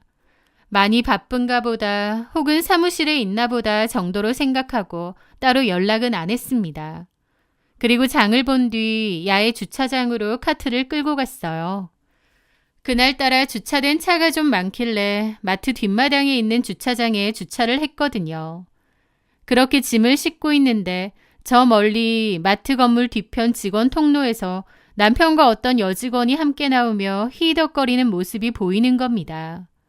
집에서는 아주 본 적도 없는 아주 환한 얼굴로 그 여직원과 장난을 치며 웃고 있더군요. 일하다가 나온 건가 생각하며 멀리서 보는데 그 순간 제 눈을 의심하는 광경이 펼쳐졌습니다. 남편이 아주 자연스럽게 여자의 엉덩이를 주무르는 겁니다. 그 여자도 그냥 웃고 장난치고요. 그건 실수도 뭣도 아니었습니다. 너무 익숙해 보였고 자연스럽고 친밀해 보이는 거예요. 한마디로 보통 사이가 아니었던 거죠. 저는 벙찐 채로 그 모습을 보고 있었습니다. 그리고 떨리는 목소리로 멀어지는 남편의 이름을 불렀죠. 혜수 아빠! 제 목소리에 남편은 돌아보더니 저를 보고 질겁을 하더라고요. 옆에 있던 그 여자도 엄청 당황하고요. 저는 그들에게 다가갔습니다. 언제부터 여길... 두 사람, 뭐야? 뭐가? 내가 다 봤어. 방금 이 여자 엉덩이 만졌지? 제 추궁의 남편은 처음엔 좀 당황하더니 이내 오히려 화를 내는 겁니다. 뭔 소리 하는 거야? 내가 언제? 내가 다 봤다니까? 참나, 직원이랑 저녁 먹고 나오면서 대화 좀 나누는 것뿐인데 웬 난리야 난리는? 엉덩이 만졌잖아! 저는 그 여자를 쳐다봤습니다. 명찰에는 홍영주라고 되어 있더라고요. 홍영주? 이봐요, 홍영주 씨. 그쪽이 말해봐. 방금 이 사람이 당신 엉덩이 만지던데? 네? 아닌데요? 뭐라고? 당신이 잘못 본 거라니까. 아, 그래. 방금 보니까 홍영주 씨 허리 쪽에 웬 벌레가 붙어 있는 거야. 그래서 내가 툭툭 털어준 거다. 왜? 라면서 말도 안 되는 변명을 하는 겁니다. 제가 방금 제 두 눈으로 엉덩이 주물주물 거리고 장난치는 걸 봤는데요. 눈 가리고 아웅해? 내가 다 봤는데도 이렇게 우긴다고? 네가 잘못 본 거 가지고 왜 난리냐고. 나 참. 하면서 자기가 더 버럭버럭 화를 내는 겁니다. 맞아요. 부점장님이 옷에 벌레 붙었다고 툭툭 친 거예요. 직원들끼리 그 정도도 못 해주나? 이제 마트 들어가야 되는데 벌레 붙이고 들어가란 말이에요? 라는 겁니다. 뭐라고요? 당신 미쳤어? 직장 상사가 당신 엉덩이 주물거렸는데 벌레? 그런 적 없다니까요. 만약 그랬으면 내가 부점장님 성추행으로 신고해야겠네요. 내가 그런 적 없다는데 왜 이래? 라면서 자기가 더 뻔뻔하게 큰 소리 치는 겁니다. 일 크게 만들지 말고 살 거 다 샀으면 집에 가. 왜 유난 떨고 난리야? 라면서 자기들끼리 저를 흘겨보고 직원 통로 쪽으로 쌩하니 가버리는 겁니다. 진짜 기가 막힌 상황이었죠. 남편이 다른 여자 엉덩이 만지는 걸 분명 제 두 눈으로 봤는데 그 두 사람이 보통 사이가 아니라는 걸 단박에 알겠는데 그런 적 없다고 아득바득 우기면서 저만 바보 만드는 상황인 거예요. 저는 한참을 그 자리에 서서 부들부들 떨어야 했습니다. 사실 남편의 외도는 이번이 처음이 아니었습니다. 5년 전에도 한번 업소에 가서 여자랑 잤던 걸 저한테 들켰거든요. 그때도 저는 이혼하겠다고 길길이 날뛰었죠. 남편은 정식으로 바람핀 것도 아니고 그냥 친구들끼리 업소 갔다가 그렇게 된 거라고 무슨 말 같지도 않은 해명을 했는데 외간 여자랑 뒹굴고 온 주제에 참 뻔뻔하다 싶었죠. 저는 너 같은 인간은 더러워서 같이 못 살겠다고 했고 한바탕 싸우고 이혼 한 해 만에 했습니다. 하지만요, 결론적으로 이혼하지 못했습니다. 마음은 이혼인데 저에게는 그때 당시 아무런 경제력이 없었기 때문이죠. 아이도 어렸고요. 결혼 전 백화점에서 잠깐 일을 했었고 결혼 후에는 내내 전업주부로 살았거든요.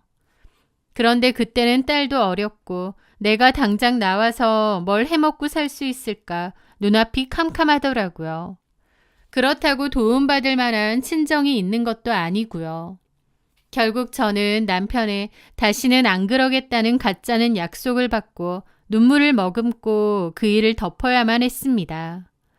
남편은 잘못했다고 하지만 진짜 반성한 게 아니었고 어차피 제가 경제력 때문에 이혼하기 힘들다는 걸 누구보다 잘 알았어요. 그래서 그냥 어물쩡 대충 덮고 넘어가려고 마음에도 없는 사과를 했던 거죠. 하지만 그날의 치욕을 겪으며 많은 생각을 하게 되었습니다. 평생을 가족만 바라보며 남편이라는 울타리 안에서 살아왔던 제 자신이 너무나 한심하고 비참하게 느껴졌던 거죠. 그때부터 다시 일자리를 알아봤는데 별다른 경력 같은 게 없다 보니 취업이 쉬운 일은 아니었습니다. 그나마도 결혼 전 옷가게에서 일했던 경험이 있었기에 그쪽으로 일을 알아보려 했는데 다행히 아울렛 쪽에 골프웨어 의류 매장에 취업을 할 수 있었어요. 그렇게 일을 하다가 지금은 부매니저 직급까지 달았고요. 오랜만에 다시 시작한 사회생활은 녹록지 않았습니다. 하루 종일 서서 일하다 보니 다리도 퉁퉁 붓고 서비스직이다 보니 서러운 일도 많았죠. 하지만 돈이 없어 이혼조차 마음대로 하지 못했던 그때보다는 훨씬 마음이 낫더라고요. 그때의 그 치욕감, 그 무력감, 2번 다시는 겪고 싶지 않았거든요. 월급이 엄청 많지는 않아도 어쨌든 저도 제 직업을 갖고 돈도 벌고 있었고 또 그때는 더 어렸던 아이도 고등학생이 된 데다 타지 생활을 하고 있었고 5년 전처럼 이혼을 아예 고려하기 힘든 상황은 아니었던 겁니다. 그리고 저 역시도 남편의 외도를 2번이나 봐줄 수는 없었습니다. 이혼이라는 게 쉬운 것도 아니지만 또 그렇게 복잡하고 어려울 것도 아니라고 생각해요. 남편이랑 저랑 대단히 애정 넘치는 부부도 아니었고 솔직히 같은 집 산다 뿐이지 남남이나 다름없었습니다.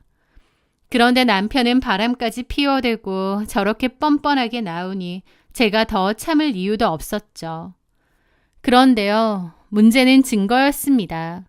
주차장에서 분명 그 2 사람의 애정 행각을 받고 심증은 있지만 제대로 된 증거가 없었던 거죠. 남편의 핸드폰이라도 뒤져보고 싶은데 문제는 그 인간의 핸드폰은 철옹성과도 같았다는 겁니다. 화장실 갈 때도 심지어 잠을 잘 때도 주머니에 넣고 다니거나 손에 들고 다니거든요. 비밀이 엄청 많은 인간이었던 거죠. 게다가 저는 휴대폰 잠금 비밀번호도 모릅니다. 그러니 증거를 잡아낼 수도 없었죠. 그날 저녁 저는 남편한테 이혼하자고 그리고 당신이 저지른 짓은 다 폭로할 거라고 했습니다. 그랬더니 남편은 오히려 저를 비웃으며 협박까지 하는 거예요. 폭로는 개뿔. 증거 있어? 내 친구 중에 변호사 친구 있는 거 알지? 걔 말로는 증거도 없이 그런 소리 해대는 건 명백한 명예훼손이래. 당신 위자료 물고 싶어? 고소해줄까? 뭐라고? 야, 이 뻔뻔한 인간아. 너는 최소한의 미안하다는 감정도 없냐? 5년 전에 딴 여자랑 잔 거 들켜서 그 난리가 났으며 최소한 조심이라도 하던가. 마트에서 직원하고 그러고 다녀? 그 여자도 유부녀지. 아주 둘 다 정신 나갔네. 소설 쓰고 자빠졌네. 내가 잘못한 게 없는데 뭘 미안해. 나 그런 적 없다니까. 홍영주 씨랑은 그냥 직장 동료야. 직장 동료 옷에 벌레 붙어 있는데 그냥 모른 척해? 그걸로 이혼소송 걸어보든가. 내 남편이 직장 동료 옷에 있던 벌레를 떼주었습니다.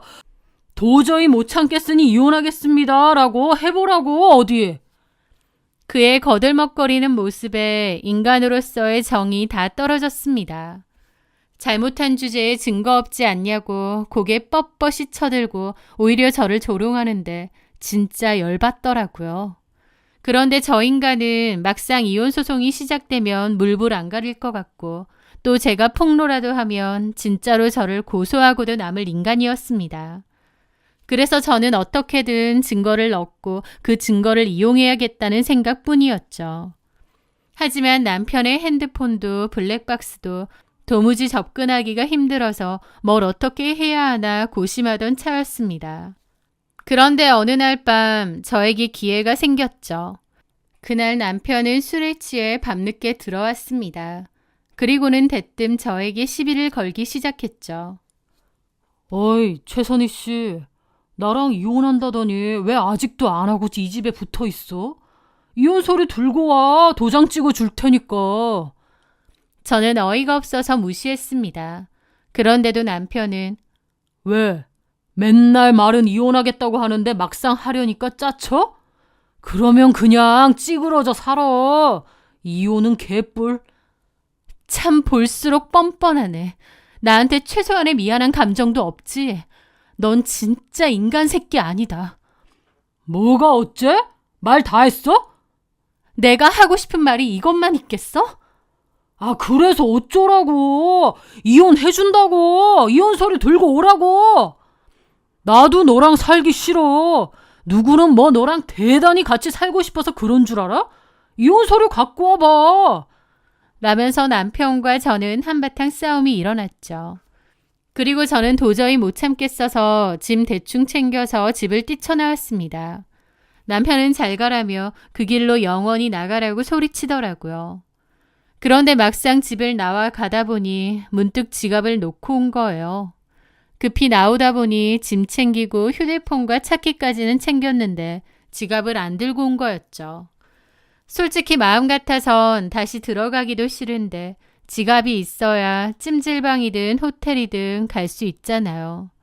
어쩔 수 없이 차를 돌려 다시 집으로 돌아갔습니다.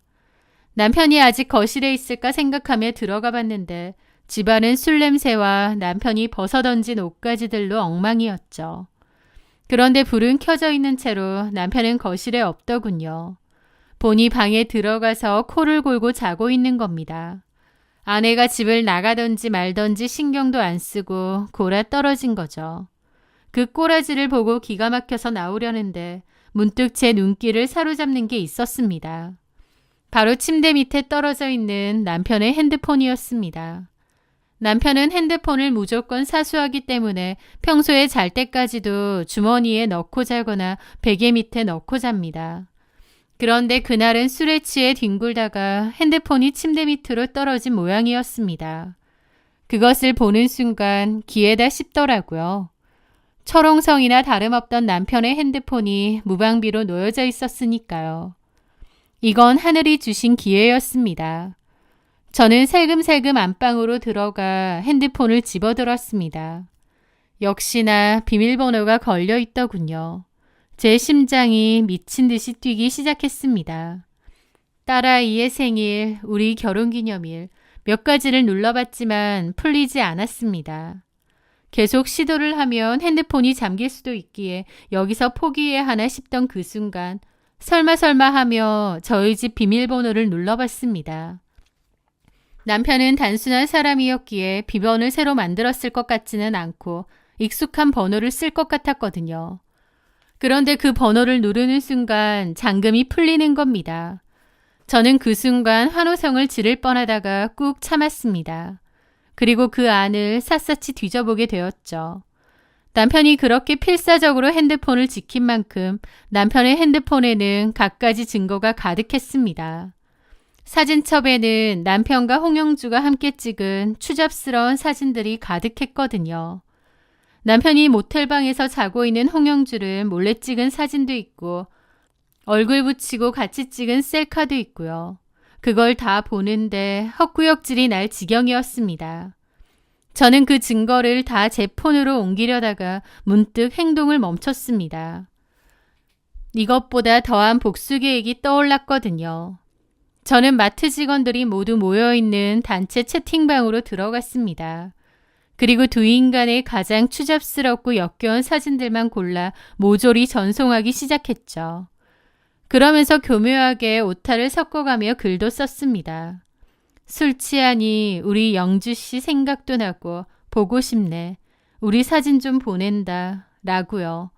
마치 술에 취해 이성을 잃고 애인에게 사진을 보내는 것처럼요.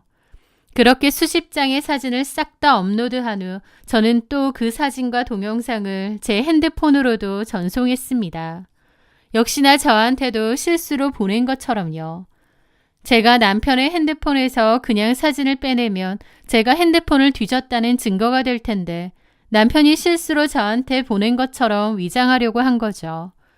그렇게 모든 작업을 마친 저는 핸드폰을 원래 떨어져 있던 그 자리에 그대로 두고 제 지갑만 챙겨서 조용히 그 집을 빠져나왔습니다. 마치 들어온 적 없는 것처럼요. 다음 날 아침 예상대로 난리가 난 모양이었습니다. 남편에게서 전화가 와서 온갖 쌍욕을 퍼부으며 네 짓이냐고 가만 안 두겠다고 악을 쓰는 거예요. 저는 아주 태연하고 차분한 목소리로 대답했습니다. 지금 뭔 소리에? 왜 다짜고짜 전화해서 생 난린데? 네가 그랬지. 네가 내 폰으로 단체 카톡방에 사진 보낸 거지. 아, 그 사진? 네가 나한테 어젯밤에 보냈던 사진 말이야? 참 가관이더라. 이걸 고맙다고 해야 되나? 직접 증거도 보내주고 말이야. 개소리 하지 마. 네가 그랬잖아. 술 처먹더니 단기 기억 상실증이라도 걸렸나? 나 네 면상 보기 싫어서 어제 집 나갔거든? 웃기지 마. 그러고 다시 들어왔지. 이거 네가 보낸 거지. 나는 이런 거 보낸 적이 없는데 지금 마트가 발칵 뒤집혀졌다고. 어쩌라고. 네가 술 취해서 보냈나 보지. 그리고 그렇게 바람 아니라더니 옷에 붙은 벌레 같은 소리 하네. 이 벌레 같은 연놈들아. 뭐가 어째? 증거 고맙게 잘 받을게. 이걸로 너랑 그년 고소장 먹여줄 테니까 딱 기다려. 네가 그랬잖아. 하고 소리 지르고 뒤집어지더라고요. 저는 코웃음 치며 여유롭게 말했죠. 헛소리 하지 마. 증거 있어? 증거 있냐고. 제가 증거 있냐고 따지고 들자 남편은 아무 말도 못했습니다. 증거가 없었으니까요.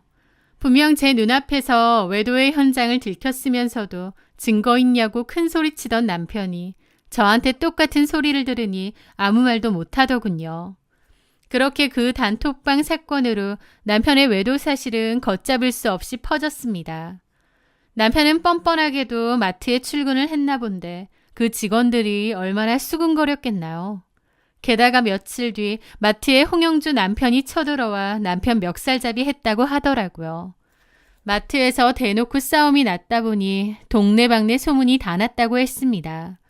마트는 순식간에 아수라장이 되었고 사방에서 사람들이 이 막장 드라마를 두 눈으로 구경했다고 하더군요. 게다가 뒤늦게 달려온 홍영주가 자기 남편의 바지가랑이를 붙잡고 울부짖었다고 하더군요. 저 부점장이라는 작자가 진급시켜준다고 꼬드겨서 그런 거라고 자기도 피해자라고요. 제 보기엔 서로 좋아서 바람핀 것 같은데 자기 살려고 남편을 팔아넘긴 거죠. 물론 그 말을 누가 믿겠나요? 그 소동에 경찰까지 출동했고 온갖 동네 맘카페와 커뮤니티에 쫙 퍼졌습니다. 그 난동 사건으로 마트는 발칵 뒤집혔고 소문은 걷잡을 수 없이 퍼져나가 마트 본사까지 소식이 들어간 모양이에요. 결국 남편과 홍영주는 본사 징계위원회에 호출되었고 직장 내 불륜 및 품위 유지 의무 위반이라는 사유로 불명예스럽게 해고당했다고 하더군요. 그뿐만이 아니었습니다. 남편은 홍영주의 남편에게 거액의 상간남 위자료 청구 소송까지 당했죠. 저 역시도 그 두 인간을 상대로 이혼 및 상간료 위자료 청구 소송을 동시에 진행했습니다. 남편은 끝까지 제가 의도적으로 자기 핸드폰으로 사진을 유출시킨 거라고 우겼는데 우기면 뭐 하나요? 증거가 없는데. 그렇게 증거 하더니 본인이야말로 증거 하나 없이 우겨대니 될 리가 없죠. 반대로 저는 증거가 넘쳐났고요.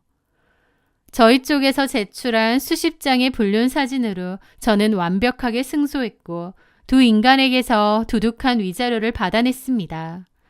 더불어 재산분할까지 받고 그 지긋지긋한 결혼 생활의 마침표를 찍을 수 있었죠.